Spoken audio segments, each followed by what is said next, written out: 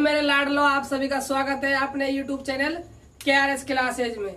तो हाँ तो भाइयों, इससे जो पहला वाला हमने लेक्चर लिया था उसमें स्टडी की थी विद्युत द्विध्रुव क्या होता है और विद्युत द्विध्रुव आघूर्ण क्या होता है। ठीक है, तो इसके बाद जो हम आज जो हेडिंग पढ़ने वाले हैं मोस्ट इम्पोर्टेंट हेडिंग है एग्जाम की दृष्टि से भाई। ठीक है, एग्जाम में हर साल एक साल छोड़ के साल पूछा जाता है। जो आज की हेडिंग होने वाली आपकी वह है विद्युत द्विध्रुव के कारण अक्ष पर स्थित किसी बिंदु पर विद्युत क्षेत्र की तीव्रता। हमने वो बिंदु यहाँ पी लिया है, एग्जाम में आपको और भी बिंदु क्यू डी कुछ मिल सकता है ना, मैं पी लेके चल रहा हूँ। ठीक है, अब देखो समझो, पहले देखो अक्ष क्या होती है ना, किस कारण देखना है, विद्युत द्विध्रुव के कारण देखना है। तो देखिए समझिए भाई, विद्युत द्विध्रुव क्या होता है, एक दो आवेशों की ऐसी व्यवस्था होती है,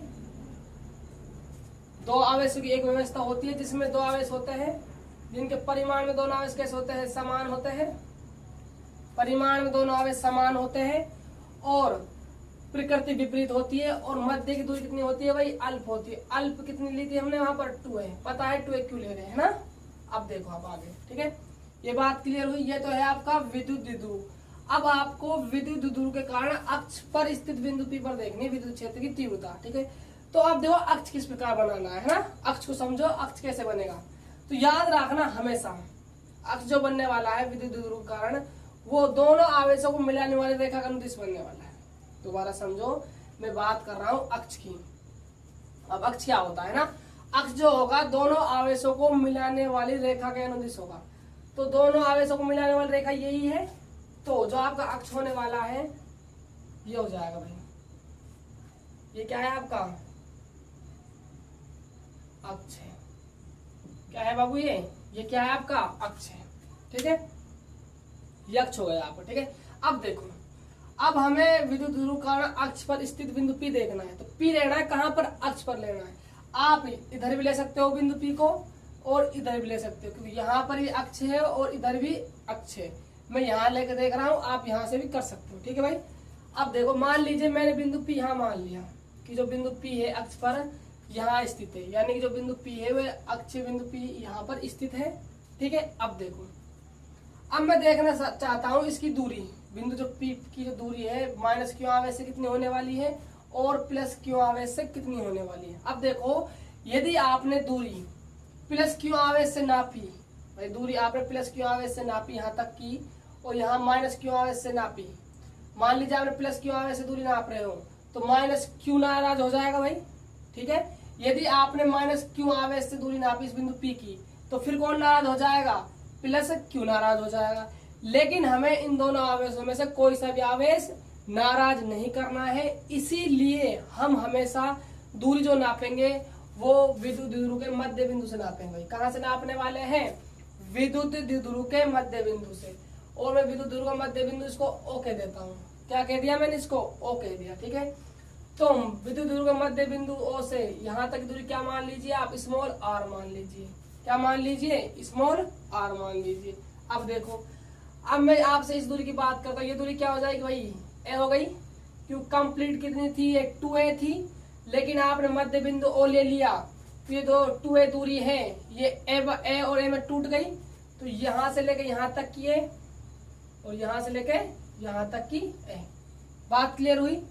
ठीक है, और जो मध्य बिंदु O है यहाँ से बिंदु P तक की दूरी क्या मान ली हमने, r मान ली, जहां पर हमें क्या ज्ञात करनी है, विद्युत क्षेत्र की तीव्रता ज्ञात करनी है। ठीक है, अब देखो, अब मैं दूरी नाप रहा हूँ, मैं माइनस क्यू आवेश से बिंदु P पर क्या देखूंगा, फिर विद्युत क्षेत्र का मान देखूंगा माइनस क्यू आवेश के कारण। तो बिंदु आवेश बन गया माइनस क्यू, और बिंदु आवेश के कारण विद्युत क्षेत्र की तीव्रता फॉर्मूला क्या होता है, KQ/R² होता है। यानी कि आपको यहाँ से लेके यहाँ तक की दूरी क्या पड़ने वाली है, आवश्यकता पड़ने वाली है। तो सबसे पहले आप क्या करोगे, यहाँ से लेके यहाँ तक की दूरी निकालोगे। ठीक है, उसके बाद हम प्लस क्यू आवेश के कारण बिंदु P पर तीव्रता देखेंगे, तो वहां पर भी हमें R की जरूरत पड़ने वाली है, ये दूरी भी ज्ञात करनी है। बात क्लियर है। अब देखिए, तो भैया यहाँ से लेके यहाँ तक दूरी कितनी होने वाली है बताओ, ये दूरी कितनी होने वाली है भाई, ये दूरी R है आपकी और ये दूरी क्या हो गई, a हो गई, तो ये दूरी क्या हो जाएगी कंप्लीट, r प्लस a होने वाली है। क्या हो जाएगी, r प्लस a हो गई। ठीक है, अब मैं बात करता हूँ प्लस क्यू आवेश से बिंदु P तक की दूरी की। तो देखो ये दूरी कितनी होने वाली है, ये दूरी बात कर रहा हूँ मैं। कंप्लीट तो क्या है भाई, आर है, इसमें से आप ए घटा दो तो क्या बच जाएगी, ये तो बचने वाली है, इसको कह दो आप आर माइनस ए हो जानी है, ये हो गया आर माइनस ए। ठीक है, आप चाहे इस बिंदु को ए कह दो और इस बिंदु क्या कहते हैं, हाँ बी कह दो।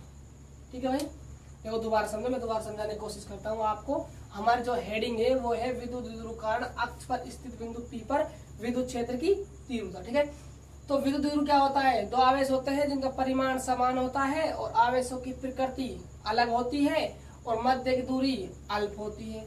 तो मैंने वहां पर करवाया है, इससे पिछला वाला लेक्चर देखना, वहां पर पढ़ाया है आपको, है ना। अब देखिए आप आगे, अक्ष क्या होती है, दोनों आवेशों को मिलन में क्या होती है, अक्ष होती है। यहाँ पर क्या स्थित है, एक बिंदु P, आप यहाँ पर भी ले सकते हो बिंदु P को और यहाँ पर भी, डिपेंड करता है आप कहाँ पर लोगे। ठीक है, अब देखिए आप आगे, उसके बाद हमें देखो माइनस क्यू आवेश भी बिंदु P पर विद्युत क्षेत्र की तीव्रता उत्पन्न करेगा, प्लस क्यू आवेश भी बिंदु P पर विद्युत क्षेत्र की तीव्रता उत्पन्न करेगा। ठीक है, तो ये दोनों ही बिंदु आवेश है, तो बिंदु आवेशों के कारण जो विद्युत क्षेत्र की तीव्रता होती है वो होती है भैया के क्यू बाई आर स्क्वायर होती है ना।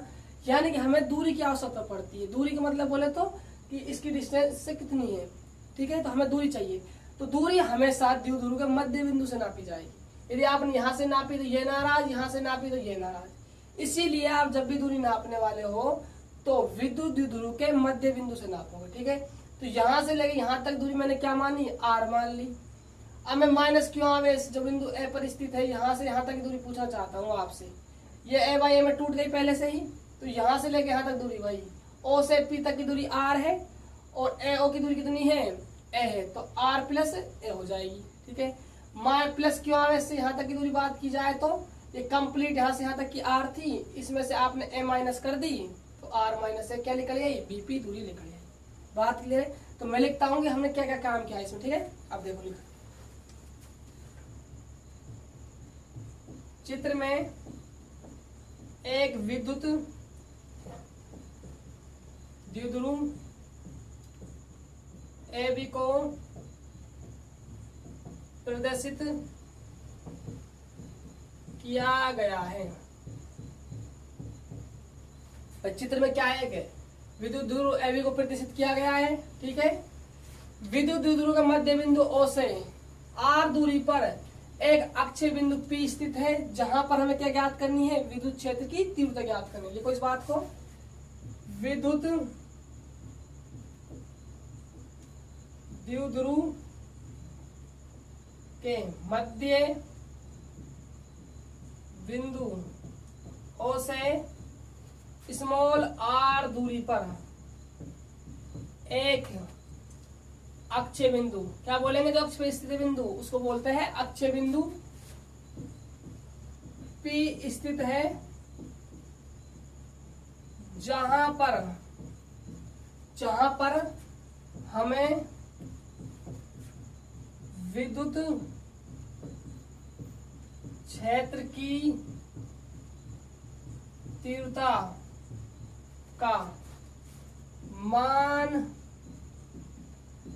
ज्ञात करना है, जहां पर हमें विद्युत क्षेत्र की तीव्रता का मान ज्ञात करना है। अब देखो आगे, यहां तक बात क्लियर हुई। अब देखो जो बिंदु P है उस पर कौन कौन से आवेश विद्युत क्षेत्र का निर्माण करने वाले, एक तो माइनस क्यू आवेश करेगा और एक प्लस क्यू आवेश करने वाला है। ठीक है, तो पहले माइनस क्यू आवेश कारण देखते हैं, फिर प्लस क्यू का आवेश कारण देखेंगे, है ना। अब देखो आप आगे, यहां से जो बात है वो समझने वाली है भाई। ठीक है, अब ध्यान दो ना, अब मैं देखो विद्युत क्षेत्र का मान ज्ञात करना है तो विद्युत क्षेत्र दिशा पता होना जरूरी है भाई। ठीक है, अब निकालते हैं विद्युत क्षेत्र की दिशा।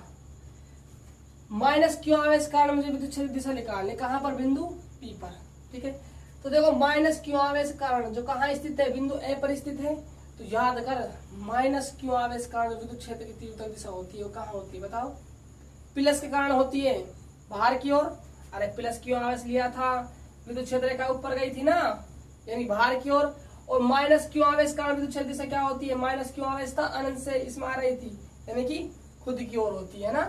तो प्लस क्यू आवेश कारण बाहर की ओर हो गई, यानी कह सकते हो आप ई बी की डायरेक्शन ये है, प्लस आवेश धक्का देगा ना, और माइनस क्यू आवेश अपनी ओर, यानी कि ई ए की डायरेक्शन ये है।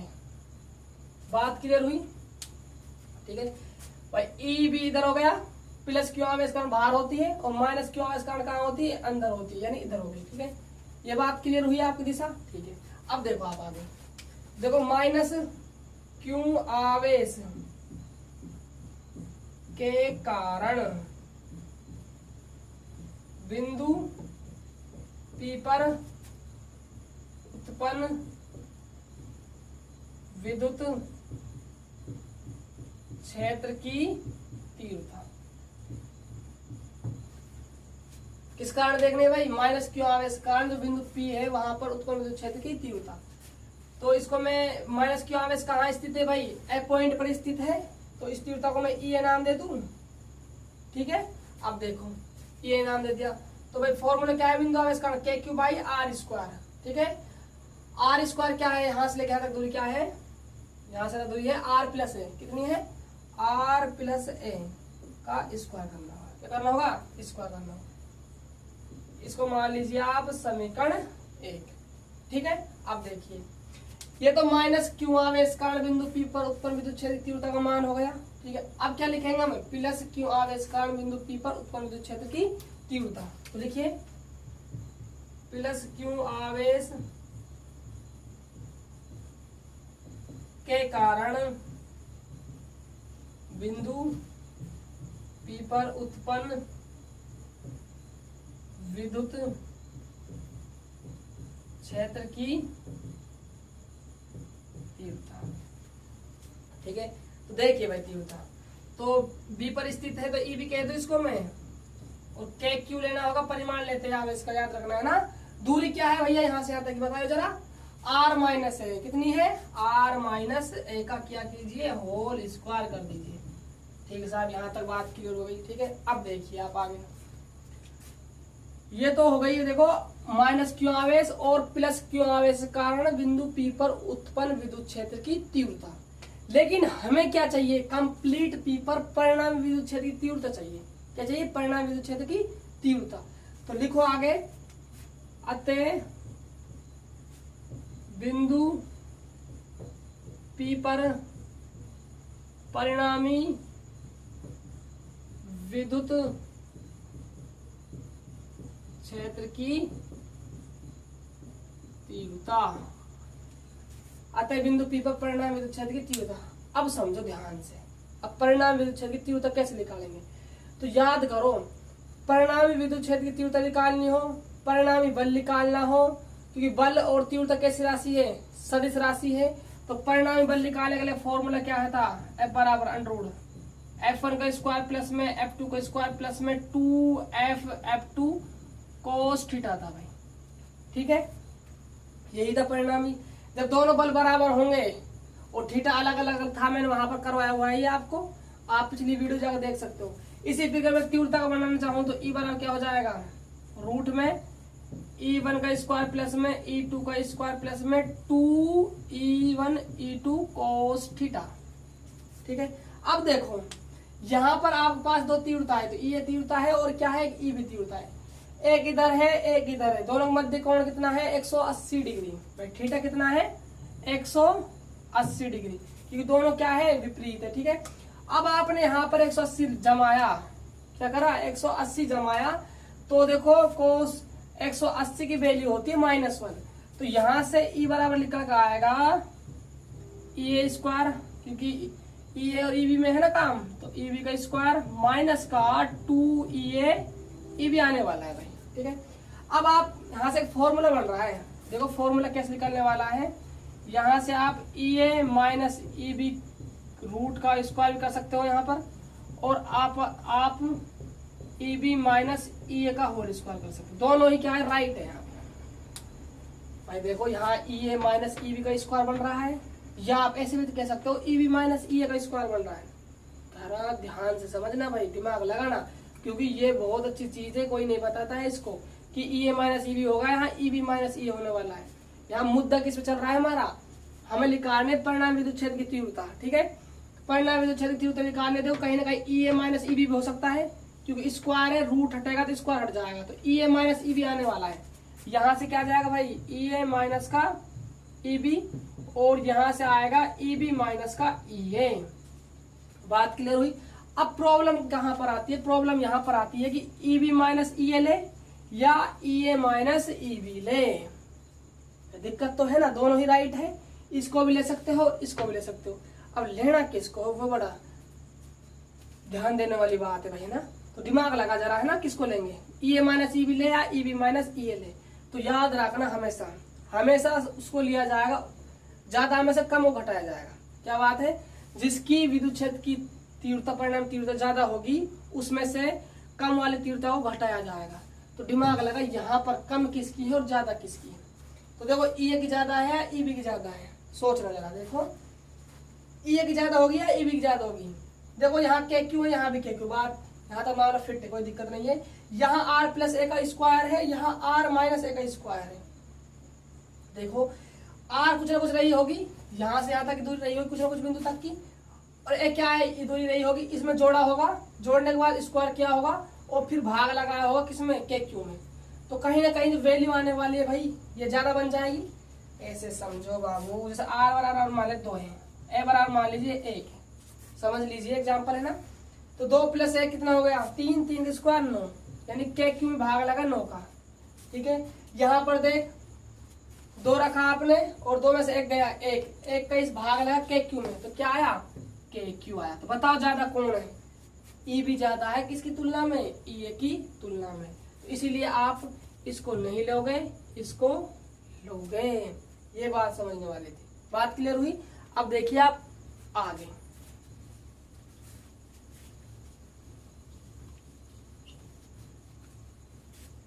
अब देखो, अब हमें लिखा है परिणामी तीव्रता। तो परिणामी तीव्रता में ई बराबर मान लू क्या होगी, ये ई बी माइनस ई ए होने वाली है, ई बी माइनस ई ए। ठीक है, अब देखो आप आगे, तो वैल्यू रखो, ई बी की वैल्यू क्या है, के क्यू अपॉन आर माइनस ए का स्क्वायर। तो के क्यू अपॉन आर माइनस ए का स्क्वायर। ई ए की वैल्यू क्या है भैया, के क्यू अपॉन आर प्लस ए का स्क्वायर। ठीक है, आगे देखिए कुछ कॉमन आ रहा है इसमें से, ऊपर से देखो के क्यू यहाँ से भी आ रहा है कॉमन और यहाँ से भी आ रहा है, तो के क्यू तो बाहर आ गया कॉमन। अंदर क्या बचा ब्रैकेट अंदर, 1 अपॉन आर माइनस ए का स्क्वायर बच गया, माइनस 1 अपॉन आर प्लस ए का स्क्वायर बच गया। ठीक है, आगे देखिए अब ई बराबर के क्यू बाहर चल रहा है, यहां से क्या आ सकता है भाई, लघुत्तम आ सकता है। क्या आ सकता है, एलसीएम कह दीजिए या लघुत्तम कह दीजिए।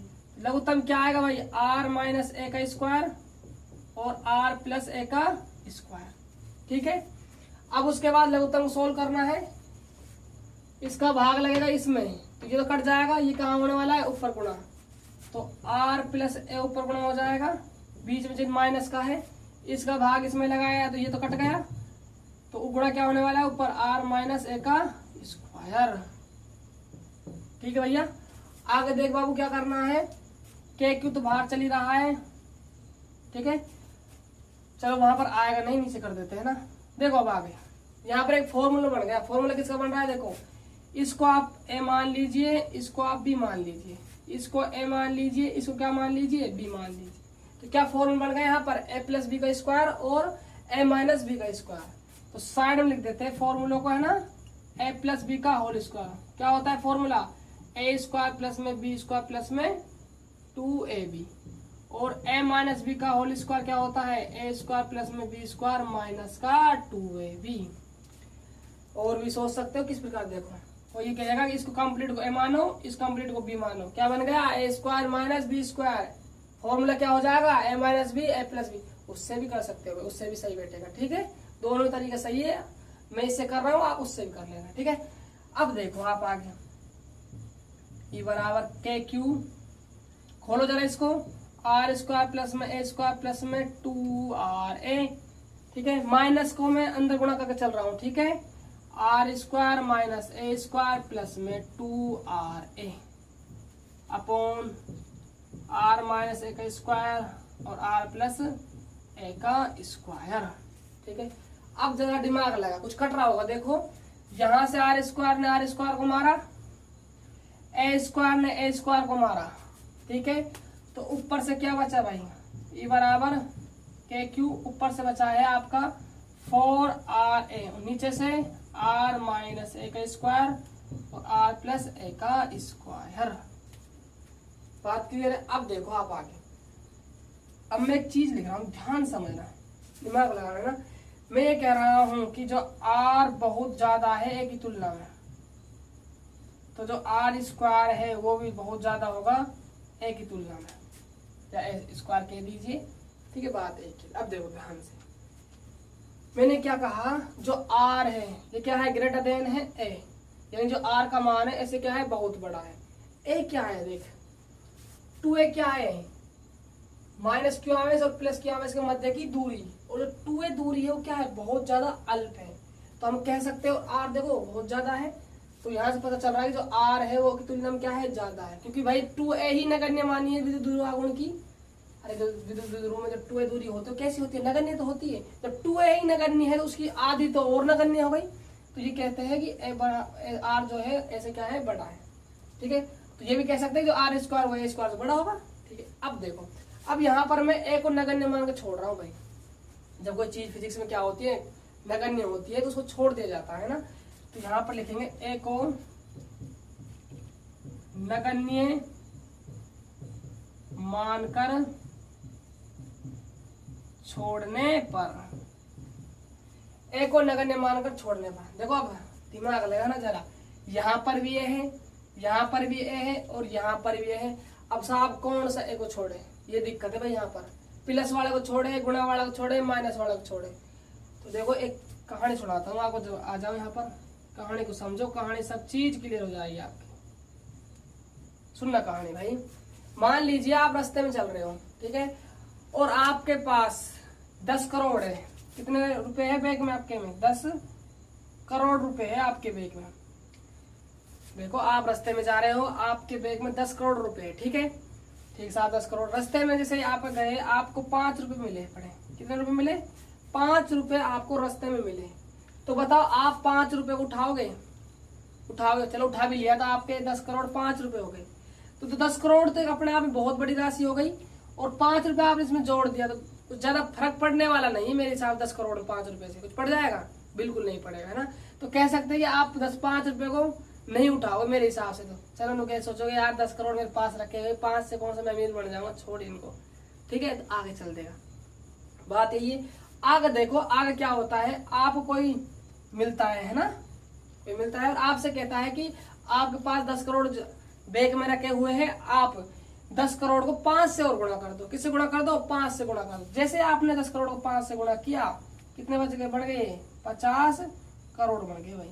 तो बताओ आप 5 से गुणा करोगे या नहीं करोगे, बिल्कुल करोगे भाई, 50 करोड़ बन रहे हैं ना। तो इसका मतलब क्या क्या समझ आया यहाँ से, जो गुणा होगा वो राशि नगण्य नहीं है। अब बताओ 50 करोड़ बने हैं, ये क्या नगण्य होंगे, नहीं होंगे। लेकिन 10 करोड़ में आपने 5 रुपए जोड़े तो वो नगण्य मान सकते हो आप। लेकिन जब आपकी संख्या गुणा करोगे तो उसको आप नगण्य नहीं मान सकते। यही कारण है कि आप हमेशा जो गुणा वाली वैल्यू होगी उसको कभी भी नगण्य मान के नहीं छोड़ोगे, चाहे और जो प्लस में हो या माइनस में हो, उस वैल्यू को आप नगण्य मान के छोड़ सकते हो। बात क्लियर हुई। अब देखो आप आगे, कहानी हो गई खत्म, है ना, ठीक है। देखो आपने नगण्य मान के छोड़ दिया, गुणा वाले को नहीं छोड़ना है भाई, तो के क्यू, तो ये तो छुटेगी नहीं नगण्य मान के, ए और आर है कि गुणा में है, इसको छोड़ सकते हो, इसको छोड़ सकते हो, ठीक है। ये आपने छोड़ दिया, ये आपने छोड़ दिया, यहाँ से आर स्क्वायर, यहाँ से आर स्क्वायर, आर स्क्वायर गुणा आर स्क्वायर क्या बन गया, आर घात 4 बन गई भाई, क्या बन गई 4। अब देखो आप आगे, आर ने आर को मार दिया, यहाँ से आर ने आर को मारा, देखो ठीक है। तो कितना आ गया, 4 KQ A अपॉन में आर क्यू, क्या आ गया 4 KQ A अपॉन में आर ने आर को मार दिया आर क्यू। अब देखो आगे क्या करने वाला, मैं यहाँ पर P बनाना चाहता हूँ। क्या बनाना चाहता हूँ, P क्या होता है भाई, विद्युत द्विध्रुव आघूर्ण, कल कराया था, है ना। क्या होता है विद्युत द्विध्रुव आघूर्ण, दोनों आवेशों के मध्य की दूरी और किसी एक आवेश के परिमाण के गुणनफल के बराबर होता है, ठीक है। तो दोनों आवेशों के मध्य की दूरी कितनी होती है भाई, 2a होती है, और किसी एक आवेश का परिणाम क्या होता है, Q होता है।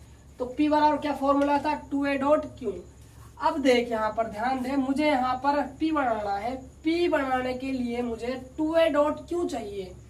अब 2a डॉट Q कैसे बन सकता है, देख 4 है, इसको मैं लिख सकता हूँ 2 लिख दिया, और भैया देख 2a लिख दिया, और Q लिख दिया, और K लिख दिया, अपॉन में R क्यूब लिख दिया। दोबारा समझ, 4 को मैंने 2 गुणा तो हम तोड़ दिया, और 1 2 को एक साथ ले लिया, और Q के साथ ले लिया, और K बाहर ले लिया। तो बताओ ये क्या बन गया, P बन गया। तो E बराबर क्या फॉर्मूला गया, 2kp अपॉन R क्यूब। क्या फॉर्मूला गया भाई, 2kp अपॉन R क्यूब। तो भाई इस फॉर्मूले को छाप के रखना, क्या करना, इस फॉर्मूले को छाप के रखना। ये जो फॉर्मूला है ये विद्युत द्विध्रुव के कारण किसी अक्ष पर स्थित कोई बिंदु होगा, वहां पर विद्युत क्षेत्र की तीव्रता का मान है। कितना मान है, 2kp अपॉन में R क्यूब। बात क्लियर हुई। तो वही जो आपकी डेरिवेशन थी, विद्युत द्विध्रुव कारण अक्ष स्थित बिंदु P पर विद्युत क्षेत्र की तीव्रता, ठीक है, वो कंप्लीट हो गई। कुछ इसके 1-2 पॉइंट और है, मैं उनको और क्लियर करवा देता हूँ। आप इतने इसको नोट डाउन कीजिए भाई, है ना, कीजिए।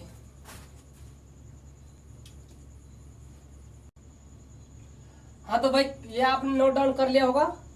अब जो एक्स्ट्रा पॉइंट एक आध इसके पॉइंट और रह गए हैं, उनको और क्लियर करवा देता हूँ, है ना। देखिए इसको रफ कर देते हैं, यहां समझ लीजिए।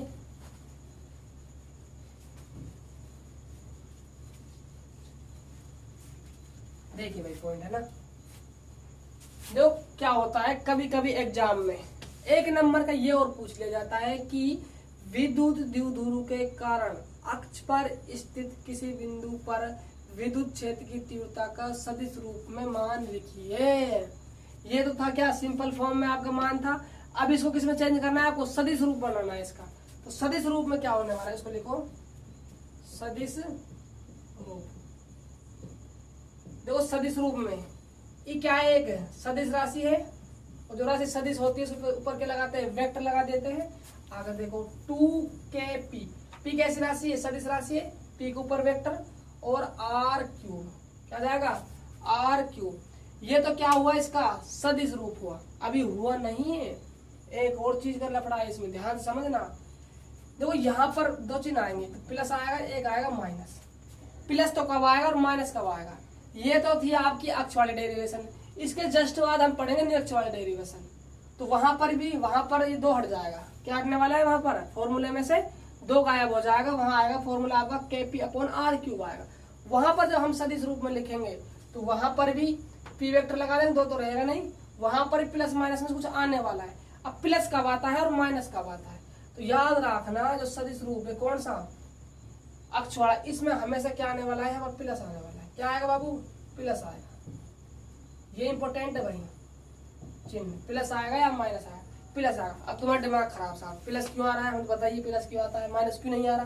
तो देख दिमाग लगा जरा, P है वेक्टर है, ये E वेक्टर है, ठीक है। प्लस कब आएगा, जब E वेक्टर और P वेक्टर एक दिशा में होंगे तब प्लस आएगा। भाई बात E वेक्टर और P वेक्टर पे तो डिपेंड है प्लस माइनस। E वेक्टर और P वेक्टर की डायरेक्शन एक दिशा में आती है तो सीधी सी बात है प्लस आने वाला चिन्ह, और दोनों विपरीत दिशा में आती है तो माइनस आएगा। अब प्लस आई है तो कहीं ना कहीं जो E वेक्टर की दिशा है और जो P वेक्टर की दिशा है वो एक ही दिशा में है। तो डायग्राम में देख जरा, E वेक्टर की दिशा देखनी है। E क्या है हमारा, परिणामी विद्युत क्षेत्र की तीव्रता है, ठीक है। और किससे निकली है, EB माइनस EA करने से, यानी जो EB की तीव्रता है वो ज्यादा है EA की तुलना में। तो डेफिनेट जो परिणामी तीव्रता की डायरेक्शन आने वाली है E की, वो भैया कहाँ आने वाली है, इधर ही आने वाली है। अरे भाई EB ज्यादा है EA की तुलना में, तो जो परिणामी तीव्रता दिशा आने वाली E की वो EB की दिशा में तो आएगी, E हो गया, ठीक है साहब। अब देख, अब P की दिशा और देख, P क्या है, विद्युत द्विध्रुव आगुण, और विद्युत द्विध्रुव आगुण की दिशा क्या होती है भाई, क्या होती है, P वेक्टर दिशा माइनस क्यू आवेश से प्लस क्यू आवेश की ओर। तो माइनस क्यू आवेश ये रहा और प्लस क्यू आवेश ये रहा, यानी कि इधर होने वाली है। ये क्या हो गया, P वेक्टर हो गया। आप दर्शा सकते हो डायग्राम में, है ना। अब देख जरा दिमाग देख, E वेक्टर इधर हो गया, P वेक्टर इधर हो गया, तो कैसे यहाँ पर देखो नजर आ रहा होगा आपको, E वेक्टर और जो P वेक्टर की दिशा है एक ही दिशा में। तो जब एक ही दिशा में होती है तो क्या आता है चिन्ह, प्लस आता है। क्या आता है बाबू, प्लस आता है। और जब हम निरक्ष वाली डेरिवेशन पढ़ेंगे तो वहां पर सदिश में लिखेंगे ई बराबर माइनस का KP अपॉन R क्यूब, क्योंकि वहां पर क्या आती है एक दूसरे से विपरीत हो जाती है ई वेक्टर और पी वेक्टर। तो वहां पर पढ़ेंगे जब उसको क्लियर करेंगे। ठीक है, फिलहाल तो आप इतना क्लियर कीजिए सदिश रूप में यहाँ पर प्लस आने वाला है ई वेक्टर और यहाँ पी वेक्टर है। बात क्लियर हुई? तो देखो भाइयों आज जो हमने पढ़ा है वो है विद्युत द्विध्रुवीकरण अक्ष पर स्थित बिंदु P पर विद्युत क्षेत्र की तीव्रता कितनी होती है? कितनी होती है? बराबर 2kp अपॉन में R क्यूब। अक्ष का है तो आप चाहे यहाँ पर अक्ष भी लिख सकते हो, क्योंकि किसकी तीव्रता है ये? ई अक्ष की है ना, अक्ष पर कितना मान है? 2kp अपॉन R क्यूब है।